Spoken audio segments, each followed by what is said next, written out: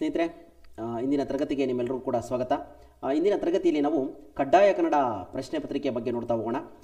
KPSCನವರು ನಡೆಸ್ತಕ್ಕಂಥ ಕಡ್ಡಾಯ ಕನ್ನಡ ಭಾಷಾ ಪರೀಕ್ಷೆ 23ರ ಪ್ರಶ್ನೆ ಪತ್ರಿಕೆ ಜೊತೆಗೆ 23ಕ್ಕಿಂತ ಇಂದಿನ ವರ್ಷಗಳಲ್ಲಿ ನಡೆಸಿರ್ತಕ್ಕಂಥ ಪ್ರಶ್ನೆ ಪತ್ರಿಕೆಗಳನ್ನು ನಾವು ನೋಡ್ತಾ ಹೋಗೋಣ. ಯಾವ ರೀತಿ ಪ್ರಶ್ನೆಗಳನ್ನ ಕೇಳಿದ್ದಾರೆ, ಜೊತೆಗೆ ನಾವು ಹೇಗೆ ಉತ್ತರವನ್ನು ಬರೀಬೇಕಾಗುತ್ತೆ ಅಂತೇಳಿ ಒಂದು ರೀತಿ ಒಂದು 4-5 ವರ್ಷದ ಪ್ರಶ್ನೆ ಪತ್ರಿಕೆಗಳನ್ನು ನಿಮಗೆ ಕೊಡುವಂಥ ಪ್ರಯತ್ನ. ಸ್ನೇಹಿತರೆ, KEನವರು ನಡೆಸ್ತಕ್ಕಂಥ ಪರೀಕ್ಷೆಗಳಲ್ಲಿ ಏನು ಮಾಡ್ತಾರೆ, ಕಡ್ಡಾಯ ಕನ್ನಡ ಪರೀಕ್ಷೆಗಳಲ್ಲಿ ಅಂತಂದರೆ ಮಲ್ಟಿಪಲ್ ಚಾಯ್ಸ್ ಪ್ರಶ್ನೆಗಳಿರ್ತವೆ. ಆದರೆ KPSCನವರು ನಡೆಸ್ತಕ್ಕಂಥ ಪರೀಕ್ಷೆಗಳಲ್ಲಿ ಡಿಸ್ಕ್ರಿಪ್ಟಿವ್ ಅಂದರೆ ವಿವರಣಾತ್ಮಕ ಉತ್ತರಗಳನ್ನ ಬರೆಯುವಂತಹ ಪ್ರಶ್ನೆಗಳನ್ನ KPSCನವರು ಕೇಳ್ತಾ ಇದ್ದಾರೆ. ಸ್ನೇಹಿತರೆ, ಇದುವರೆಗೂ ಕೂಡ ಏನೆಲ್ಲ ಇಂದಿನ ಪರೀಕ್ಷೆಗಳಲ್ಲಿ ಕಡ್ಡಾಯ ಕನ್ನಡಕ್ಕೆ ಸಂಬಂಧಪಟ್ಟಾಗಿ ಏನೆಲ್ಲ ಪರೀಕ್ಷೆಗಳನ್ನ ನಡೆಸಿದ್ದಾರೆ, ಜೊತೆಗೆ ಯಾವೆಲ್ಲ ರೀತಿಯ ಪ್ರಶ್ನೆಗಳನ್ನ ಕೇಳಿದ್ದಾರೆ, ಹೇಗೆ ಉತ್ತರವನ್ನು ಬರೀಬೇಕಾಗುತ್ತೆ ಅನ್ನೋ ವಿಚಾರವನ್ನು ನೋಡ್ತಾ ಹೋಗೋಣ. ಇದು ಒಂದು ವಿಶೇಷ ರೀತಿಯ ಮತ್ತು ಹೊಸದಾಗಿ ಬರೀತಾ ಇರೋರಿಗೆ ಒಂದು ವಿಶೇಷ ರೀತಿಯ ಪರೀಕ್ಷೆನೇ ಆಗಿರುತ್ತೆ. ಒಂದು ರೀತಿ SSLC ಎಕ್ಸಾಮ್ ಬರಿತೀವಲ್ಲ, ಆ ರೀತಿ ಇರುತ್ತೆ ಅಂತಲೇ ಹೇಳ್ಬೋದು. ಹಿಂದೆ ಏನು ಮಾಡ್ತಾಯಿದ್ರು, ಪ್ರಥಮ ಭಾಷೆ ಓದಿರೋರಿಗೆ ಈ ಪರೀಕ್ಷೆ ಇರ್ತಿರಲಿಲ್ಲ. ಆದರೆ ಇತ್ತೀಚಿನ ಪರೀಕ್ಷೆಗಳಲ್ಲಿ ಯಾಕೆಂದರೆ ಕೆಲವೊಬ್ಬರು ಏನಾಗ್ತಾರೆ ಅಂದರೆ ಅಪಾಯಿಂಟ್ ಆಗಿ ನೇಮಕಾತಿಯಾಗಿ ಹೋಗಿಬಿಡ್ತಾರೆ. ಅವರು ಸಾಕಷ್ಟು ಕಾಗುಣಿತ ತಪ್ಪುಗಳನ್ನೆಲ್ಲ ಮಾಡುವಂಥ ಸಾಧ್ಯತೆ ಇರುತ್ತೆ. ಹಾಗಾಗಿ ಒಂದಷ್ಟು ಭಾಷಾ ಸಾಮರ್ಥ್ಯವನ್ನು ಗುರುತಿಸುವ ನಿಟ್ಟಿನಲ್ಲಿ ಈ ಕಡ್ಡಾಯ ಕನ್ನಡ ವಿವರಣಾತ್ಮಕ ಪರೀಕ್ಷೆಯನ್ನು ನಡೆಸುವಂಥ ಪ್ರಯತ್ನ KPSCನವರು ಮಾಡ್ತಾ ಇದ್ದಾರೆ. ಸ್ನೇಹಿತರೆ, ಹಾಗಾಗಿ ಇಂದಿನ ತರಗತಿಗೆ ಹೋಗುವ ಮುನ್ನ ನೀವಿನ್ನೂ ನಮ್ಮ ಚಾನಲ್ನ ಸಬ್ಸ್ಕ್ರೈಬ್ ಮಾಡಿಲ್ಲ ಅಂದರೆ ಸಬ್ಸ್ಕ್ರೈಬ್ ಮಾಡಿ, ಎಲ್ಲ ವಿಡಿಯೋಗಳನ್ನ ನೋಡಿ ಇಷ್ಟ ಆದರೆ ನಿಮ್ಮ ಸ್ನೇಹಿತರು ಕೂಡ ಶೇರ್ ಮಾಡಿ ಅಂತ ಹೇಳ್ತಾ, ಜೊತೆಗೆ ನಿಮ್ಗೆ ಯಾವುದೇ ಟಾಪಿಕ್ ಬೇಕಾದರೆ ಅನಂತ ಜ್ಞಾನಧಾರೆ ಅಂತ ಹಾಕಿ ನಿಮಗೆ ಟಾಪಿಕ್ ಹೆಸರು ಹಾಕಿದ್ರೆ ವಿಡಿಯೋಗಳು ಓಪನ್ ಆಗುತ್ತೆ ಅಂತ ಹೇಳ್ತಾ, ಸ್ನೇಹಿತರೆ ಇಂದಿನ ತರಗತಿಗೆ ಹೋಗೋಣ ಬನ್ನಿ. ಇದು ಕಡ್ಡಾಯ ಕನ್ನಡ ಭಾಷಾ ಪರೀಕ್ಷೆ ಪ್ರಶ್ನೆ ಪತ್ರಿಕೆ ಕೋಷ್ಟಕ ಆಗಿರುತ್ತೆ. ಇದು 2023 ಹೇಗಿರುತ್ತೆ ಅಂದರೆ ವಿಭಾಗ ಎ ವಿಭಾಗ ಅಂತಿರುತ್ತೆ. ಪ್ರಶ್ನೆಗಳ ಸಂಖ್ಯೆ, ಆರಂಭದ ಪುಟದ ಸಂಖ್ಯೆ ಅಂತ ಹೇಳಿ ಪೇಜ್ ನಂಬರ್ಗಳನ್ನ ಕೊಟ್ಟಿರ್ತಾರೆ. ನಿಗದಿತ ಅಂಕಗಳು ಅಂತೇಳಿ ಇಲ್ಲಿ ಎ ಮತ್ತು ಬಿ ಭಾಗಗಳು ಅಂತ ನೋಡ್ತೀವಿ. 2023ರಲ್ಲಿ 25 ಅಂಕಗಳ 4 ಪ್ರಶ್ನೆಗಳನ್ನ ಕೇಳಿದ್ದಾರೆ.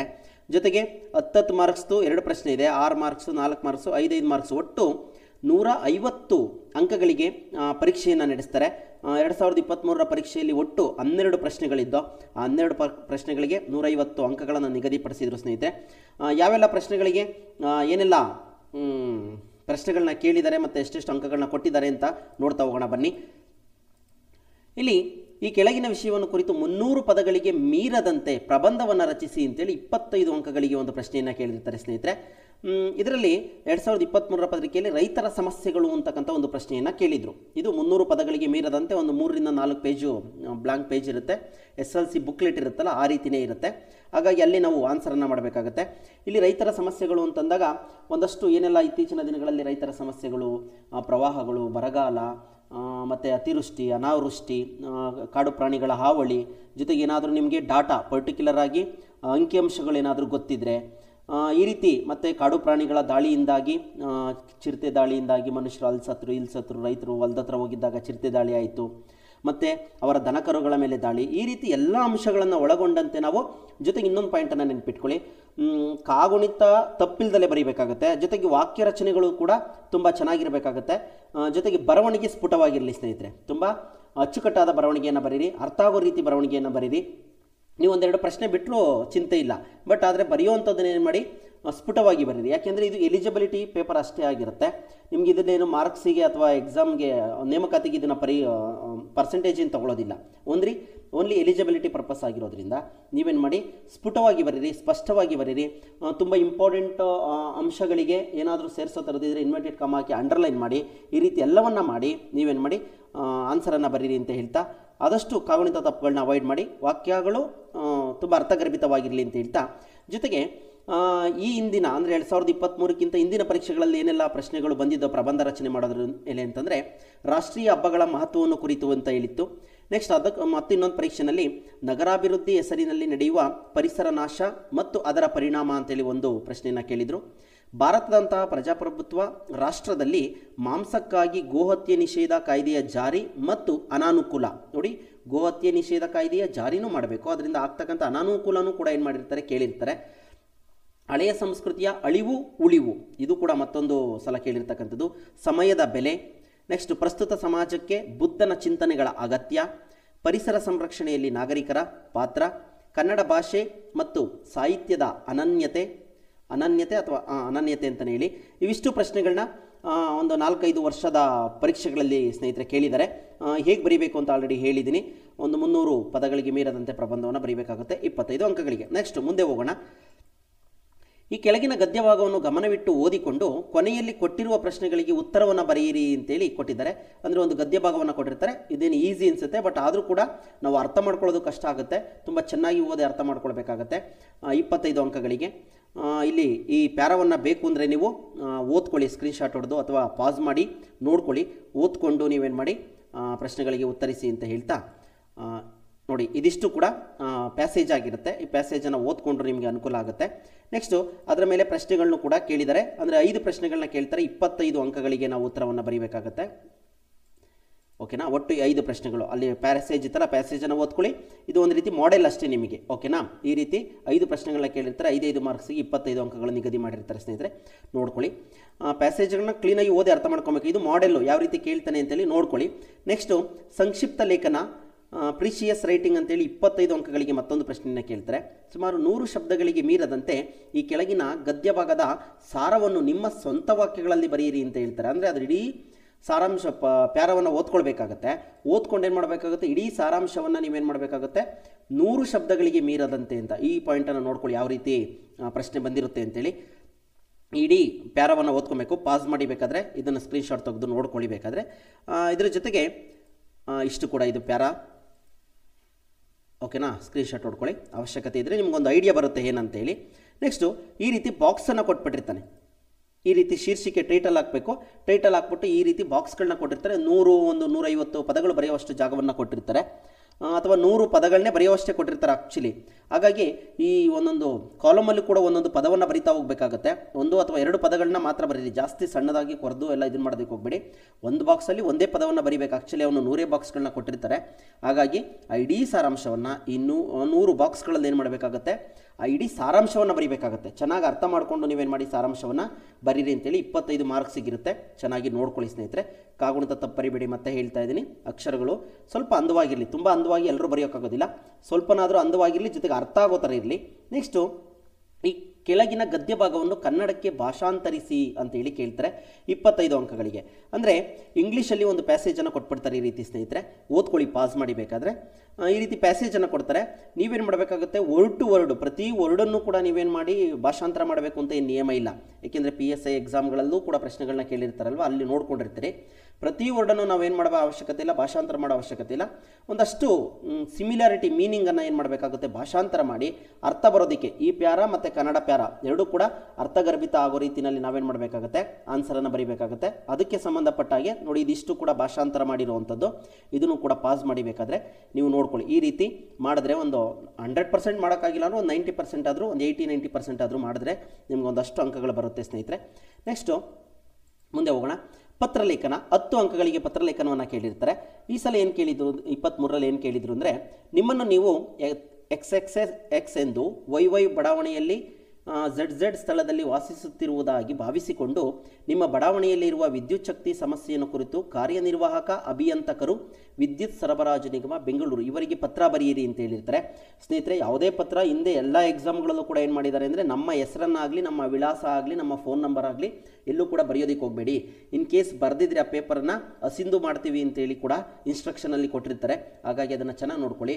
ಆ ಏನು ಅಡ್ರೆಸ್ಸನ್ನು ಕೊಟ್ಟಿರ್ತಾರೆ ಆ ಅಡ್ರೆಸ್ಸನ್ನೇ ನೀವು ಟೈಪ್ ಮಾಡಬೇಕಾಗತ್ತೆ. ಎಚ್ಚರಿಕೆ ಇರಲಿ, ನಿಮ್ಮ ಅಡ್ರೆಸ್ಸನ್ನು ಎಲ್ಲೂ ಕೂಡ ಮೆನ್ಷನ್ ಮಾಡಬೇಡಿ. ಅವ್ರು ಏನು ಅಡ್ರೆಸ್ ಕೊಟ್ಟಿರ್ತಾರೆ ಫ್ರಮ್ಮು ಟು ಅದೇ ಅಡ್ರೆಸ್ಸನ್ನು ಬರೀಬೇಕಾಗತ್ತೆ. ಒಂದು ಮಾದರಿ ಪತ್ರವನ್ನು ಇಲ್ಲಿ ನೋಡೋಣ ಬನ್ನಿ. ಇವರಿಗೆ ಅಂತ ಇರುತ್ತೆ, ಹೀಗೆ ಬರೀರಿ, ಏನು ತೊಂದರೆ ಇಲ್ಲ. ನಿಮಗೆ ಅಷ್ಟು ಮಾರ್ಕ್ಸ್ಗಳು ಸಿಗುತ್ತೆ.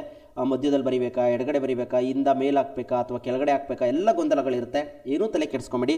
ಟು ಅಡ್ರೆಸ್ಸನ್ನು ಫಸ್ಟ್ ಬರೀರಿ. ಇವರಿಗೆ ಕಾರ್ಯನಿರ್ವಾಹಕ ಅಭಿಯಂತಕರು ಅಂದರೆ ಯಾವ ಲೆಟರ್ ಕೊಟ್ಟಿರ್ತಾನೋ ಆ ಆಧಾರದ ಮೇಲೆ ವಿದ್ಯುತ್ ಸರಬರಾಜು ನಿಗಮ ಬೆಂಗಳೂರು ಇಂದ XXX YY ಬಡಾವಣೆ ZZ ಸ್ಥಳ ಅಂತಲೇ ಬರೀರಿ. ಮಾನ್ಯರೇ, ಚೆನ್ನಾಗಿ ನೆನ್ಪಿಟ್ಕೊಳ್ಳಿ. ಅಧಿಕಾರಿಗಳಿಗೆ ಬರೆಯೋದ್ರಿಂದ ಮಾನ್ಯರೇ ಮಸ್ಟ್ ಆ್ಯಂಡ್ ಶುಡ್ಡು. ಏಕೆ ಎಲ್ಲದಕ್ಕೂ ಒಂದೊಂದು ಅಷ್ಟಷ್ಟು ಅಂಕ ಅಂತ ನಿಗದಿ ಮಾಡಿರ್ತಾರೆ. ವಿಷಯ ನಮ್ಮ ಬಡಾವಣೆಯ ವಿದ್ಯುತ್ ಶಕ್ತಿಯ ಸಮಸ್ಯೆಯನ್ನು ಬಗೆಹರಿಸುವ ಬಗ್ಗೆ. ಇದು ವಿಷಯ ಚಿಕ್ಕದಾಗಿರಬೇಕು, ಒಂದೇ ಲೈನಲ್ಲಿ ಇರಬೇಕು. ಹಾಗೆ ಎಚ್ಚರಿಕೆ ವಹಿಸಿ. ಅಂಡರ್ಲೈನ್ ಕೂಡ ಮಾಡಿ, ಫುಲ್ ಸ್ಟಾಪು. ಜೊತೆಗೆ ಎಲ್ಲದರಲ್ಲೂ ಕೂಡ ಲೇಖನ ಚಿಹ್ನೆಗಳನ್ನ ಅಬ್ಸರ್ವ್ ಮಾಡ್ಕೊಳ್ಳಿ ಸ್ನೇಹಿತರೆ. ಅದ್ರ ಮೇಲೂ ಕೂಡ ಒಂದು ಅಷ್ಟು ಮಾರ್ಕ್ಸ್ಗಳನ್ನ ನಾವು ನಿಗದಿಪಡಿಸಿರ್ತಾರೆ. ಲೇಖನ ಚಿಹ್ನೆಗಳು ತುಂಬ ಪ್ರಮುಖವಾಗಿರ್ತವೆ. ಈ ಮೇಲ್ಕಂಡ ವಿಷಯಕ್ಕೆ ಸಂಬಂಧಿಸಿದಂತೆ ನಮ್ಮ ಬಡಾವಣೆಯಲ್ಲಿ ಕಳೆದ 1 ವಾರದಿಂದ ನಿರಂತರವಾಗಿ ವಿದ್ಯುತ್ ಸಮಸ್ಯೆ ಕಾಡುತ್ತಿದೆ. ಮನೆಯ ಟಿವಿ, ಫ್ರಿಡ್ಜ್, ವಾಷಿಂಗ್ ಮಿಷಿನ್ ಇನ್ನಿತರ ಎಲೆಕ್ಟ್ರಾನಿಕ್ ಉಪಕರಣಗಳು ಕೂಡ ಹಾಳಾಗಿವೆ. ಆದ್ದರಿಂದ ತಾವು ಕೂಡಲೇ ಕ್ರಮ ವಹಿಸಿ ಸಮಸ್ಯೆಯನ್ನು ಬಗೆಹರಿಸಬೇಕೆಂದು ತಮ್ಮಲ್ಲಿ ವಿನಂತಿ ಮಾಡಿಕೊಳ್ಳುತ್ತೇವೆ. ಇದು ಓನ್ಲಿ ಮಾಡೆಲ್ ಅಷ್ಟೇ. ನಿಮಗೆ ಯಾವ ರೀತಿ ಬೇಕು, ಇನ್ನು ಪತ್ರದ ಒಡಲು ಯಾವ ರೀತಿ ಬೇಕಾದರೂ ನೀವು ಸೇರಿಸ್ಕೊಳ್ಳಿ, ನಿಮ್ಮ ಭಾಷಾ ಶೈಲಿಯ ಮೇಲೆ ನಿಂತಿರುತ್ತೆ. ಇನ್ನೂ ಹೆಚ್ಚಿನ ಸಾರಾಂಶವನ್ನು ಬೇಕಾದರೂ ಅಥವಾ ಪತ್ರದ ಒಡಲಲ್ಲಿ ಸೇರಿಸ್ಕೊಳ್ಳಿ. ಅದಾದಮೇಲೆ ಧನ್ಯವಾದಗಳು, ದಿನಾಂಕ, ಸ್ಥಳ ಮೆನ್ಷನ್ ಮಾಡ್ಕೊಳ್ಳಿ. ಇಂತಿ ತಮ್ಮ ಅಥವಾ ನಿಮ್ಮ ವಿಶ್ವಾಸಿ ಗ್ರಾಹಕ ಅಥವಾ ನಂಬಿಕೆಯ ಗ್ರಾಹಕ ಅಂತ ಹಾಕ್ಕೊಳ್ಳಿ, ಅಥವಾ ವಿಶ್ವಾಸಿ ಗ್ರಾಹಕನೇ ಬೆಟರು ಅಂತೇಳಿ ನಿಮ್ಮ ಸೈನನ್ನು ಹಾಕೋ ಪ್ರಯತ್ನವನ್ನು ಮಾಡಿ. XXX ಅಂತಲೇ ಹಾಕಬೇಕಾಗುತ್ತೆ. ಓಕೆನಾ? ಏನಂತ ಹಾಕಬೇಕಾಗುತ್ತೆ ನಿಮ್ಮ ಸೈಯನ್ನು? XXX ಅಂದ್ರೆ ಅವ್ರು ಏನು ಕೊಟ್ಟಿರ್ತಾರೋ ಆ ಅಡ್ರೆಸ್ಸಲ್ಲಿ ನೀವೇನು ಮಾಡಬೇಕಾಗುತ್ತೆ, ಹಾಕಬೇಕಾಗುತ್ತೆ. ಇದು ಓನ್ಲಿ ಮಾದರಿ ಪತ್ರಿಕೆ ಆಗಿರುತ್ತೆ ಸ್ನೇಹಿತರೆ, ನೋಡ್ಕೊಳ್ಳಿ. ಇಷ್ಟು ಬರೆದ್ರೂ ಕೂಡ ನಿಮಗೆ ಸಾಕಷ್ಟು 25 ಅಂಕಗಳನ್ನು ಕೊಡ್ತಾರೆ, ಏನು ತೊಂದರೆ ಇಲ್ಲ. ಓಕೆನಾ? ನೆಕ್ಸ್ಟು 10 ಅಂಕಗಳನ್ನ ಕೂಡ ಕೊಟ್ಟಿರ್ತಾರೆ, ಹಾಗಾಗಿ ನೋಡ್ಕೊಳ್ಳಿ.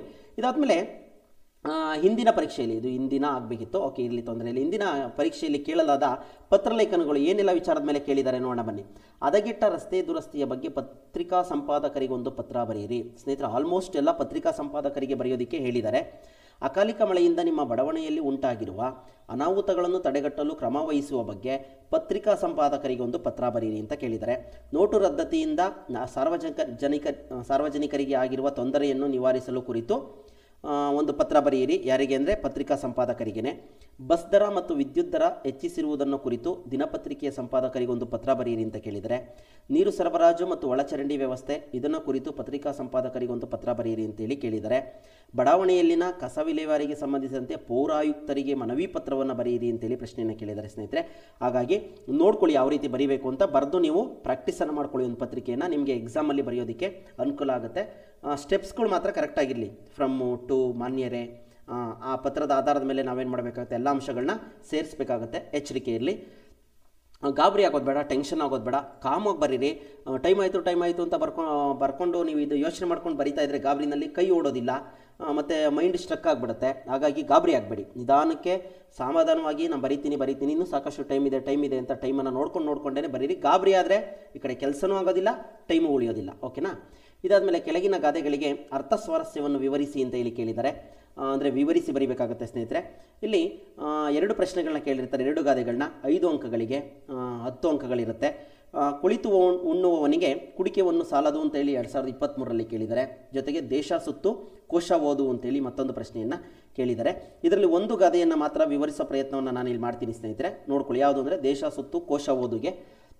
ಫಸ್ಟು ನೀವು ಯಾವುದೇ ಗಾದೆಗೆ ನೋಡಿ, ಈ 3 ಲೈನನ್ನು ಕಂಪಲ್ಸರಿಯಲ್ಲಿ ಬರೀಲೇಬೇಕು ಸ್ನೇಹಿತರೆ. ಹೇಗೆ ಬರೀತೀರಾ ನೋಡ್ಕೊಳ್ಳಿ. ಗಾದೆ ವೇದಗಳಿಗೆ ಸಮಾನ, ಈ ಪಾಯಿಂಟ್ಸನ್ನು ಬರದೇ ಬರೀರಿ ನೀವೆಲ್ಲದಕ್ಕೂ ಕೂಡ. ಓಕೆನಾ?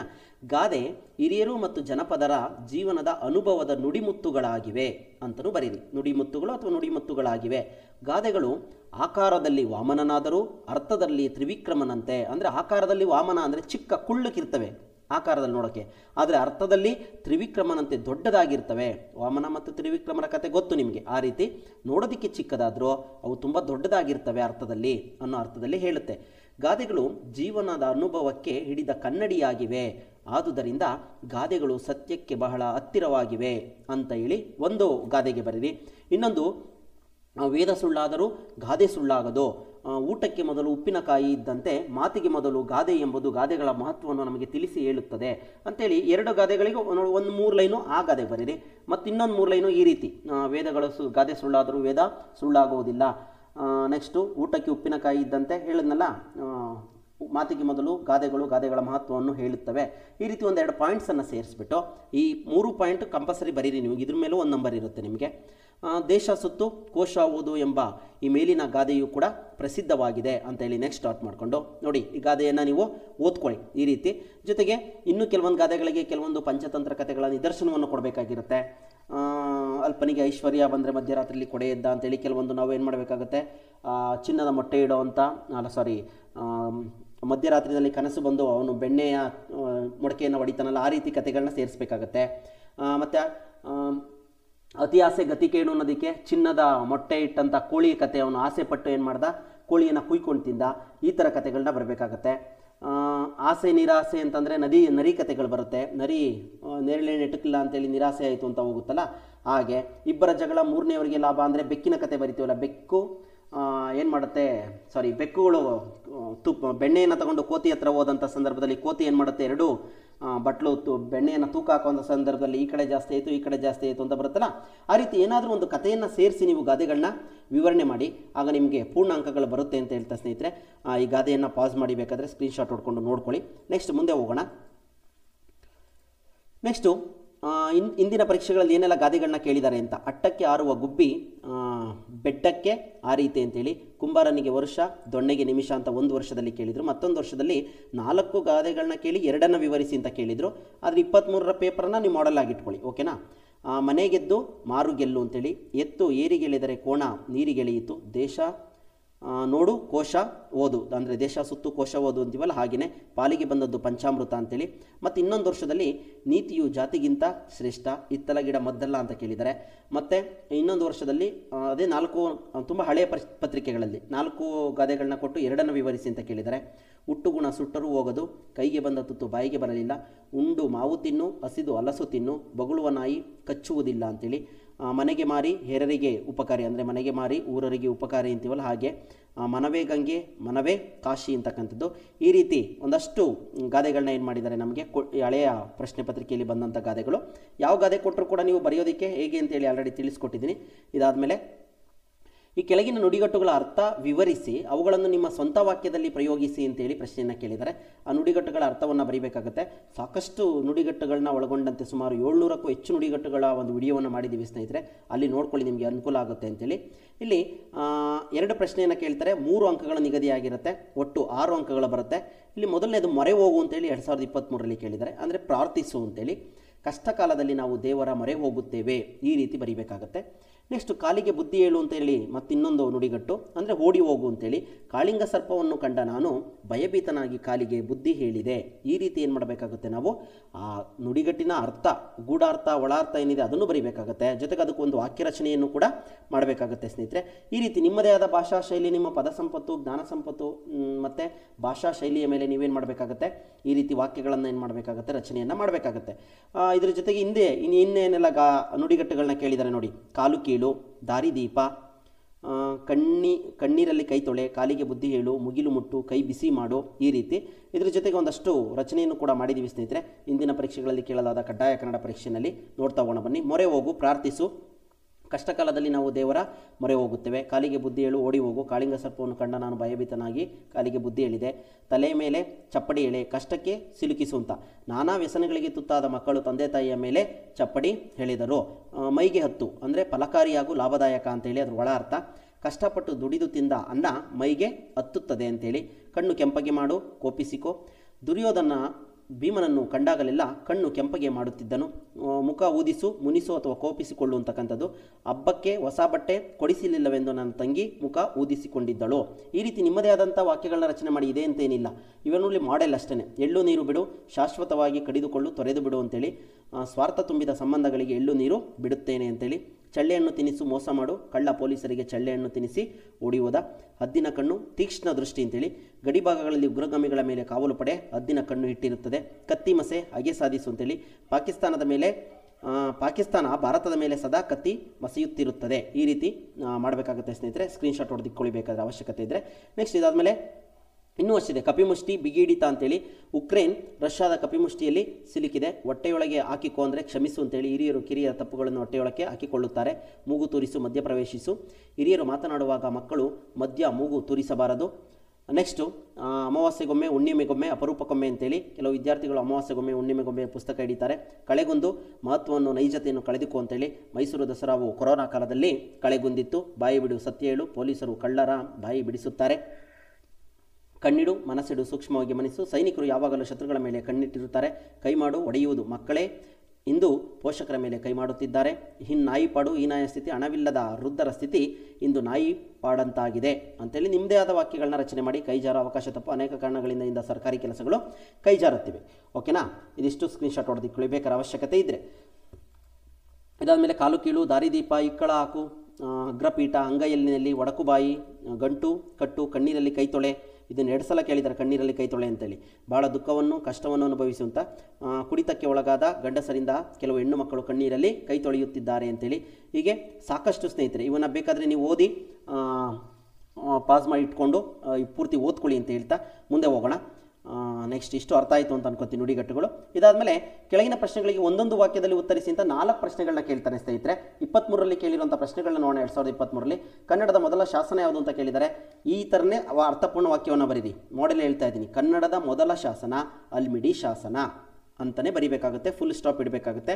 ಅಲ್ಮಿಡಿ ಅನ್ನೋದಕ್ಕೆ ಇನ್ವರ್ಟೆಡ್ ಕಮ, ಸಿಂಗಲ್ ಅಥವಾ ಡಬಲ್ ಇನ್ವರ್ಟೆಡ್ ಕಮ ಹಾಕಿ ಅಂಡರ್ಲೈನನ್ನು ಮಾಡ್ಕೊಳ್ಳಿ. ಹರಿಹರನು ಬರೆದ ಕಾವ್ಯದ ಹೆಸರೇನು ಅಂತ ಕೇಳಿದರೆ, ಹರಿಹರನು ಬರೆದ ಕಾವ್ಯದ ಹೆಸರು ಗಿರಿಜಾ ಕಲ್ಯಾಣ, ಇನ್ವರ್ಟೆಡ್ ಕಮ, ಫುಲ್ ಸ್ಟಾಪ್ ಇಡುವ. ಲೇಖನ ಚಿಹ್ನೆ ಇಂಪಾರ್ಟೆಂಟು. ಅಕ್ಕ ಮಹಾದೇವಿಯ ಅಂಕಿತ ಏನು ಅಂತ ಕೇಳಿದರೆ, ಅಕ್ಕ ಮಹಾದೇವಿಯ ಅಂಕಿತ ಚನ್ನಮಲ್ಲಿಕಾರ್ಜುನ, ನೆನ್ಪಿಟ್ಕೊಳ್ಳಿ. ದ ರಾ ಬೇಂದ್ರೆಯವರ ಯಾವ ಕೃತಿಗೆ ಜ್ಞಾನಪೀಠ ಪ್ರಶಸ್ತಿ ಬಂದಿದೆ ಅಂತ ಕೇಳಿದರೆ, ದ ರಾ ಬೇಂದ್ರೆಯವರ 4 ತಂತಿ ಕೃತಿಗೆ ಜ್ಞಾನಪೀಠ ಪ್ರಶಸ್ತಿ ಬಂದಿದೆ. ಈ ರೀತಿ ಆನ್ಸರ್ಗೆ ಇನ್ವರ್ಟೆಡ್ ಕಾಮ ಮಾಡಿ ಫುಲ್ ಸ್ಟಾಪ್ ಇಡಿ. ಇದು ಮಾಡೆಲು. ಇದೇ ಥರ ನೀವು ಬರಿಬೇಕಾಗುತ್ತೆ. ವಾಕ್ಯ ಪೂರ್ಣ ಬರೀರಿ. ಒಂದೇ ಒಂದು ವಾಕ್ಯದಲ್ಲಿ ಬರೆಯೋ, ಪದದಲ್ಲಿ ಬರೆಯೋಕೋಬೇಡಿ. ಕನ್ನಡದ ಮೊದಲ ಶಾಸನ ಅಲ್ಮಿಡಿ ಶಾಸನ ಅಂತ ಅಷ್ಟೇ ಬರಿಬೇಡಿ. ಗಿರಿಜಾ ಕಲ್ಯಾಣ ಅಂತ ಅಷ್ಟೇ ಬರಿಬೇಡಿ. ಪೂರ್ತಿ ವಾಕ್ಯದಲ್ಲೇ ನೀವು ಆನ್ಸರನ್ನು ಬರೀರಿ ಸ್ನೇಹಿತರೆ. ನೆಕ್ಸ್ಟು ಇದಾದಮೇಲೆ ಇಂದಿನ ಪರೀಕ್ಷೆಗಳಲ್ಲಿ ಏನೆಲ್ಲ ಪ್ರಶ್ನೆಗಳನ್ನ ಕೇಳಿದರೆ, ದಿನಪಸುತ ಎಂದರೆ ಯಾರು ಅಂತ ಕೇಳಿದರೆ ಕರ್ಣ ಅಂತೇಳಿ. ಅಂದರೆ ಪೂರ್ತಿ ವಾಕ್ಯಗಳನ್ನ ಬರೀರಿ. ನಾನು ಆನ್ಸರ್ ಮಾತ್ರ ಹೇಳ್ತಾ ಇದ್ದೀನಿ ಇಲ್ಲ ಅಷ್ಟೇ. ಜೈಮಿನಿ ಭಾರತ ಕಾವ್ಯವನ್ನು ಬರೆದವರು, ಜೈಮಿನಿ ಭಾರತ ಕಾವ್ಯವನ್ನು ಬರೆದವರು ಲಕ್ಷ್ಮೀಶ ಅಂತಲೇ ಬರೀಬೇಕು ಪೂರ್ಣ ವಾಕ್ಯದಲ್ಲಿ. ದ ರಾ ಬೇಂದ್ರೆಯವರ ಯಾವ ಕೃತಿಗೆ ಜ್ಞಾನಪೀಠ ಪ್ರಶಸ್ತಿ? 4 ತಂತಿ. ಕಂದ ಪದ್ಯ ಎಂದರೇನು? 4 ಸಾಲಿನ ಪದ್ಯಗಳಿಗೆ ಕಂದ ಪದ್ಯ ಎನ್ನುವರು. ನಿಮಗೆ ಗೊತ್ತಿದೆ 1 ಮತ್ತು 3ನೇ ಸಾಲುಗಳು ಸಮನಾಗಿರ್ತವೆ, 2 ಮತ್ತು 4ನೇ ಸಾಲಿನ ಪದ್ಯಗಳು ಸಮನಾಗಿರ್ತವೆ ಅಂತೇಳಿ. ಇನ್ನೂ ಒಂದಷ್ಟು ಮಾಹಿತಿಯನ್ನು ಟೈಮ್ ಇದ್ದರೆ ಬರೀರಿ ನೀವು, ಓಕೆನಾ. ನೆಕ್ಸ್ಟು ಎಕ್ಸಾಮಲ್ಲಿ ಕೂತ್ಕೊಂಡಾಗ ಟೈಮ್ ಇದ್ದರೆ ಇನ್ನೂ ಒಂದಷ್ಟು ಮಾಹಿತಿಯನ್ನು ಕಂದ ಪದ್ಯದ ಬಗ್ಗೆ ಬರಿತಾ ಹೋಗಿ. ಗೊತ್ತಿದ್ರೆ ರನ್ನನ 2 ಕಾವ್ಯಗಳು ಯಾವುವು? ರನ್ನನ 2 ಕಾವ್ಯಗಳೆಂದರೆ ಅಜಿತ ಪುರಾಣ, ಸಾಹಸ ಭೀಮ ವಿಜಯ, ಗದಾಯುದ್ಧ ಅಂತೇಳಿ ಬರೀರಿ. ಅಕ್ಕಮಹಾದೇವಿ ವಚನಗಳ ಅಂಕಿತನಾಮ ಚನ್ನಮಲ್ಲಿಕಾರ್ಜುನ. ದ ರಾ ಬೇಂದ್ರೆಯವರ ಯಾವ ಕೃತಿಗೆ ಜ್ಞಾನಪೀಠ ಪ್ರಶಸ್ತಿ? 4 ತಂತಿ. ಇದನ್ನು ಸಾಕಷ್ಟು ಸಲ ಕೇಳಿದ್ದಾರೆ. ಕವಿ ಚಕ್ರವರ್ತಿಗಳು ಯಾರು? ರನ್ನ, ಪೊನ್ನ, ಜನ್ನ, ಓಕೆನಾ. ನೆಕ್ಸ್ಟ್ ಇದಾದಮೇಲೆ ಇನ್ನೂ ಒಂದಷ್ಟು ಪ್ರಶ್ನೆಗಳಿದ್ದಾವೆ, ನೋಡ್ತಾ ಹೋಗೋಣ ಬನ್ನಿ. ನೆಕ್ಸ್ಟ್ ಇದಾದಮೇಲೆ ರತ್ನತ್ರಯರು ಎಂದು ಗುರುತಿಸಿ ಹೇಳಿದವರು ಯಾರು ಅಂತ ಕೇಳಿದ್ದಾರೆ. ಅರ್ಥಾಂತರ ನ್ಯಾಸಪ್ರಿಯ ಎಂದು ಖ್ಯಾತನಾದವನು, ಉಪಮಲೋಲ ಎಂದು ಖ್ಯಾತನಾದವನು, 2014ರ ಕೇಂದ್ರ ಸಾಹಿತ್ಯ ಅಕಾಡೆಮಿ ಪ್ರಶಸ್ತಿ ಪಡೆದ ಕನ್ನಡ ಸಾಹಿತಿ ಯಾರು ಅಂತೇಳಿ ಕೇಳಿದ್ದಾರೆ. ಇದಾದಮೇಲೆ ಇನ್ನೊಂದಷ್ಟು ಪ್ರಶ್ನೆ, ಸಾಹಸ ಭೀಮ ವಿಜಯ ಅಥವಾ ಗದಾಯುದ್ಧ ಯಾರ ಕೃತಿ ಅಂತ ಕೇಳಿದ್ದಾರೆ. ರನ್ನನ ಗದಾಯುದ್ಧ ಅಂತ ಗೊತ್ತು. ಜೈಮಿನಿ ಭಾರತ ವಾರ್ಧಕ ಷಟ್ಪದಿಯಲ್ಲಿರುತ್ತೆ. ಅಕ್ಕ ಮಹಾದೇವಿ ವಚನಗಳ ಅಂಕಿತನಾಮ ಗೊತ್ತು ಚನ್ನಮಲ್ಲಿಕಾರ್ಜುನ. ಪುರಂದರದಾಸರ ಪೂರ್ವಾಶ್ರಮದ ಹೆಸರು ಶ್ರೀನಿವಾಸ ನಾಯಕ ಅಂತೇಳಿ, ಅದನ್ನೊಂದನ್ನು ನೆನ್ಪಿಟ್ಕೊಳ್ಳಿ. ಇವಿಷ್ಟು ಕೂಡ ಇಂದಿನ ಪರೀಕ್ಷೆಗಳಲ್ಲಿ ಕೇಳಿರುವಂಥ ಪ್ರಶ್ನೆಗಳು. ಇವೇ ಬರ್ತವೆ ಅಂತ ಏನಿಲ್ಲ, ಇವು ಓನ್ಲಿ ಮಾಡೆಲ್ಲು ಈ ರೀತಿ ಆಧಾರದ ಮೇಲೆ ಬರ್ಬೋದು ಅಂತೇಳಿ ಸ್ನೇಹಿತರೆ. ನೆಕ್ಸ್ಟ್ ಇದಾದಮೇಲೆ ತತ್ಸಮ ತದ್ಭವಗಳು, ಸಾಕಷ್ಟು ತತ್ಸಮ ತದ್ಭವಗಳನ್ನ ನಾವು ಕೊಟ್ಟಿದ್ದೀವಿ. ಆ ವಿಡಿಯೋವನ್ನು ನೀವು ನೋಡಿದರೆ ಗೊತ್ತಾಗುತ್ತೆ. ಇದು 23ರಲ್ಲಿ ಏನು ಅಂದರೆ 5 ಮಾರ್ಕ್ಸಿಗೆ ಪ್ರಶ್ನೆ ಇರುತ್ತೆ. ವಿದ್ಯೆ, ಬಿಜ್ಜೆ, ತ್ಯಾಗ, ಛಾಗ, ಬ್ರಹ್ಮ, ಬೊಮ್ಮ, ಯಾತ್ರೆ, ಜಾತ್ರೆ, ಸಹಸ್ರ, ಸಸಿರ ಅಂತಕ್ಕಂಥದ್ದು. ಇವಿಷ್ಟು ಕೂಡ 2023ರಲ್ಲಿ ಬಂದಿರುವಂಥವು. ಅದಕ್ಕಿಂತ ಮುಂಚಿನ ಪರೀಕ್ಷೆಗಳಲ್ಲಿ ಏನೆಲ್ಲ ಪ್ರಶ್ನೆಗಳು ಬಂದಿದ್ದಾವೆ ನೋಡ್ತಾ ಹೋಗೋಣ ಬನ್ನಿ. ವಿದ್ಯೆ, ಬಿಜ್ಜೆ, ತ್ಯಾಗ, ಛಾಗ, ಬ್ರಹ್ಮ, ಬೊಮ್ಮ, ಯಾತ್ರೆ, ಜಾತ್ರೆ, ಸಹಸ್ರ, ಸಸಿರ, ನಿಚ್ಚಲ, ನಿಶ್ಚಳ, ವಿಸ್ತಾರ, ಬಿತ್ತರ, ತ್ರಿಗುಣ, ತಿಗುಣ, ಪಕ್ಷ, ಪಕ್ಕ, ಮೃಗ, ಮಿಗ, ಬೇಸಗೆ, ವೈಶಾಖ. ಇದಾದಮೇಲೆ ಬ್ರಹ್ಮ, ಬೊಮ್ಮ, ಬ್ರಹ್ಮ, ಅಂಚೆ, ಅಂಶ, ಕಜ್ಜ, ಕಾರ್ಯ, ಅಮೃತ, ಅಮರ್ದು, ಋಷಿ, ರಿಸಿ, ಕಾವ್ಯ, ಕಬ್ಬ, ಪರ್ವ, ಹಬ್ಬ, ಜೋಗಿ, ಯೋಗಿ, ಜೋಗಿ, ರಗಟ, ರಗಳೆ, ದಿಶಾ, ದೆಸೆ, ಶರ್ಕರ, ಸಕ್ಕರೆ, ಜ್ಯೋತ್ಸ್ನ, ಜೊನ್ನ. ನೋಡ್ಕೊಳ್ಳಿ ಸ್ನೇಹಿತರೆ, ಇವೆಲ್ಲ ಹಿಂದೆ ಕಡ್ಡಾಯ ಕನ್ನಡ ಪ್ರಶ್ನೆ ಪತ್ರಿಕೆಯಲ್ಲಿ ಕೇಳಿರುವಂಥ ಪ್ರಶ್ನೆಗಳೇ, ಓಕೆನಾ. ಅರ್ಥ ಇರಲಿ, ನೆನಪಿರಲಿ ನಿಮಗೆ. ಸುಮ್ಮನೆ ಏನೋ ಹೇಳಿಲ್ಲ ಇಲ್ಲಿ. ಇಂದಿನ ಪ್ರಶ್ನೆಗಳನ್ನ ಅನಾಲಿಸಿಸ್ ಮಾಡಿನೇ ಪತ್ರಿಕೆಗಳನ್ನ ಕೊಟ್ಟಿರುವಂಥದ್ದು. ಚೀರ, ಸೀರೆ, ದಿಟ್ಟಿ, ದೃಷ್ಟಿ, ಸ್ಥಾನ, ತಾಣ, ಸ್ವಾಮಿ, ಸಾಮಿ, ಸೃಷ್ಟಿ, ಹುಟ್ಟು, ಪ್ರಾಣ, ಹರಣ, ತೀಕ್ಷ್ಣ, ತಿಕ್ಕ, ತತ್ಯ, ತತ್ತ, ತ್ಯಾಗ, ಛಾಗ, ತ್ವರಿತ, ತುರಿತ, ಬಸವ. ಈ ಪದದ ತತ್ಸಮ ಇಲ್ಲೇನು ಆಪ್ಷನ್ ಕೇಳೋದಿಲ್ಲ, ಬಟ್ ಇದು ಇಂಪಾರ್ಟೆಂಟ್ ಆಗಿತ್ತು, ಹಂಗಾಗಿ ಇಲ್ಲಿ ಹೇಳಿದ್ದೀನಿ. ಬಸವ ಅಂದರೆ ಋಷಭ, ಜೋಗಿ ಅಂದರೆ ಯೋಗಿ. ಈ ರೀತಿ ಬರೋದಿಲ್ಲ, ಈ ರೀತಿ ನೀವೇ ಕೈಯಲ್ಲಿ ಬರೀಬೇಕಾಗುತ್ತೆ, ಆಪ್ಷನ್ ಕೊಟ್ಟಿರೋದಿಲ್ಲ, ಓಕೆನಾ. ನೆಕ್ಸ್ಟು ಮುಂದೆ ಹೋಗೋಣ ಬನ್ನಿ. ಕೆಳಗಿನವುಗಳನ್ನು ಬಿಡಿಸಿ ಬರೆಯಿರಿ ಅಂತ ಹೇಳಿರ್ತಾರೆ ಸ್ನೇಹಿತರೆ. ಆಲ್ಮೋಸ್ಟು ಬಿಡಿಸಿ ಬರೆಯೋದನ್ನೆಲ್ಲ ಹೇಗೆ ಕೇಳಿದ್ದಾನೆ ಅಂದರೆ ಎಲ್ಲ ಪರೀಕ್ಷೆಗಳಲ್ಲೂ ಸಮಾಸ ರೂಪದಲ್ಲಿ ಬಿಡಿಸಿ ಬರೆಯೋ ಕೇಳಿದ್ದಾನೆ. ಚೆನ್ನಾಗಿ ನೆನ್ಪಿಟ್ಕೊಳ್ಳಿ, ಸಮಾಸ ರೂಪದಲ್ಲಿ ಬಿಡಿಸಿ ಬರೀಬೇಕಾಗುತ್ತೆ. ಇನ್ ಕೇಸ್ ಏನಾದರೂ ಕೇಳಿದ್ರೆ ಸಂಧಿ ರೂಪದಲ್ಲಿದ್ದರೆ ಸಂಧಿ ರೂಪದಲ್ಲೂ ಕೂಡ ನೀವೇನು ಮಾಡಬೇಕಾಗುತ್ತೆ, ಬಿಡಿಸಿ ಬರೀಬೇಕಾಗುತ್ತೆ. ಆಲ್ಮೋಸ್ಟ್ ಎಲ್ಲ ಪ್ರಶ್ನೆಗಳು ಸಮಾಸ ರೂಪದಲ್ಲೇ ಬಿಡಿಸಿ ಬರೀಬೇಕಾಗುತ್ತೆ, ಎಚ್ಚರಿಕೆ ಇರಲಿ. ಅಲ್ಲಿಗೊಯ್ಯದೆ, ಅಲ್ಲಿಗೆ ಪ್ಲಸ್ ಒಯ್ಯದೆ, ಅಲ್ಲಿಗೊಯ್ಯದೆ. ಇದು ಕೂಡ 5 ಪ್ರಶ್ನೆಗಳಿರುತ್ತೆ, 1 ಮಾರ್ಕ್ಸ್ ಇರುತ್ತೆ, ನೋಡ್ಕೊಳ್ಳಿ. ಬೆಟ್ಟದಾವರೆ, ಬೆಟ್ಟ ಪ್ಲಸ್ ತಾವರೆ ಅಂತೇಳಿ ಸಂಧಿ ರೂಪದಲ್ಲಿ ಬಿಡಿಸ್ತೀವಿ. ಬೆಟ್ಟದ ಪ್ಲಸ್ ತಾವರೆ, ಬೆಟ್ಟದಾವರೆ ಅಂತೇಳಿ ಸಮಾಸ ರೂಪದಲ್ಲಿ ಬಿಡಿಸ್ತೀವಿ. ಕೆಂಡಗಣ್ಣು, ಕೆಂಡ ಪ್ಲಸ್ ಕಣ್ಣು ಕೆಂಡಗಣ್ಣು ಅಂತಾಗುತ್ತೆ. ಆದರೆ ಕೆಂಡದಂತಹ ಅಥವಾ ಕೆಂಡದಂತಹ ಪ್ಲಸ್ ಕಣ್ಣು ಕೆಂಡಗಣ್ಣು ಅಂತಕ್ಕಂಥ ಸಮಾಸ ರೂಪದಲ್ಲೇ ಬಿಡಿಸಬೇಕಾಗತ್ತೆ. ಶಿವವಾಸ, ಶಿವ ಪ್ಲಸ್ ಆವಾಸ ಸಂಧಿರೂಪ, ಶಿವನ ಪ್ಲಸ್ ಆವಾಸ ಶಿವಾವಾಸ ಅಂತಕ್ಕಂಥದ್ದು ಸಮಾಸ ರೂಪ ಆಗಿರುತ್ತೆ. ನಿಮಗೆ ಕನ್ಫ್ಯೂಸ್ ಏನಾದರೂ ಆದರೆ ಎರಡು ರೂಪದಲ್ಲಿ ಬಿಡಿಸಿ, ಆದರೆ ಮೇಯ್ನ್ ಕಾನ್ಸಂಟ್ರೇಷನ್ ಎಲ್ಲಿರಬೇಕು ಅಂತ ಹೇಳ್ತಾ ಇದ್ದೀನಿ, ಸಮಾಸ ರೂಪದಲ್ಲೇ ಇರಬೇಕಾಗತ್ತೆ. ನೆಕ್ಸ್ಟ್ ಮುಂಬಾಗಿಲು, ಬಾಗಿಲ ಪ್ಲಸ್ ಮುಂದು ಮುಂಬಾಗಿಲು ಅಂಶಿ ಸಮಾಸ ಆಗುತ್ತೆ. ಇಲ್ಲಿ ಸಮಾಸ ಏನು ಕೇಳಿಲ್ಲ ಅವನು ಇದುವರೆಗೂ ಕೂಡ ಎಕ್ಸಾಮಲ್ಲಿ, ಬಟ್ ಬಿಡಿಸಿ ಬರೆಯೋದಕ್ಕೆ ಮಾತ್ರ ಹೇಳಿದ್ದಾನೆ. ಜಾಸ್ತಿ ಪ್ರಶ್ನೆಗಳಲ್ಲಿ ಕೇಳಿದರೆ ಸಮಾಸದ ಮೇಲೆ ಕೇಳಿದರೆ. ನೋಡ್ತಾ ಹೋಗೋಣ ಬನ್ನಿ. ಬಾಲಕರಾಶ್ರಮ, ಜಲಾಂಜಲಿ, ಕಾಳೋರಗ, ವಿನಯೋಲ್ಲಂಘನ, ದಿಕ್ಕೆಟ್ಟು ಇವು ಒಂದು ವರ್ಷದಲ್ಲಿ ಕೇಳಿರುವಂಥದ್ದು. ನೆಕ್ಸ್ಟ್ ಮುಂಗಾಲು, ಅಂಗಾಲು, ಕಣ್ದೆರೆ, ಚಿಕ್ಕ ಮಗು, ಇಮ್ಮಡಿ. ನೋಡಿ ಚಿಕ್ಕ ಪ್ಲಸ್ ಮಗು ಚಿಕ್ಕ ಮಗು ಅಂತಲೇ ಬರಿತೀವಿ, ಇದು ಪ್ರಕೃತಿ ಭಾವ ಆಗಿರುತ್ತೆ ಸ್ನೇಹಿತರೆ, ಹಾಗೆ ನೆನ್ಪಿಟ್ಕೊಳ್ಳಿ ಓಕೆನಾ. ಅಥವಾ ಚಿಕ್ಕದು ಚಿಕ್ಕದಾದ ಪ್ಲಸ್ ಅಥವಾ ಚಿಕ್ಕದು ಪ್ಲಸ್ ಮಗು ಚಿಕ್ಕದು ಅಂತ ಸಮಾಸ ರೂಪದಲ್ಲಿ ಬಿಡಿಸು ಕೂಡ ಬರಿಬೋದು ನೀವು. ನೆಕ್ಸ್ಟ್ ಅರಮನೆ, ಅಂಗೈ, ಇಮ್ಮಡಿ, ಕೆಂದಾವರೆ, ಇಮ್ಮಾವು, ಮುಂಗಾಲು ಇವನು ಕೂಡ ನಿಮಗೆ ಸಮಾಸ ರೂಪದಲ್ಲಿ ಬಿಡಿಸಿ ಬರಿತೀವಿ. ನೆಕ್ಸ್ಟ್ ಸದಾಚಾರ, ರುಕೋದರ, ತಣ್ಣೀರು, ವಿದ್ಯುಲ್ಲತ, ಜಿನಾಲಯ, ಮೆಲ್ವಾತು, ಅಂಗೈ, ಹೊಸಗನ್ನಡ, ತಲೆನೋವು, ಕಡೆಗಣ್ಣು ಇಷ್ಟು ಕೂಡ.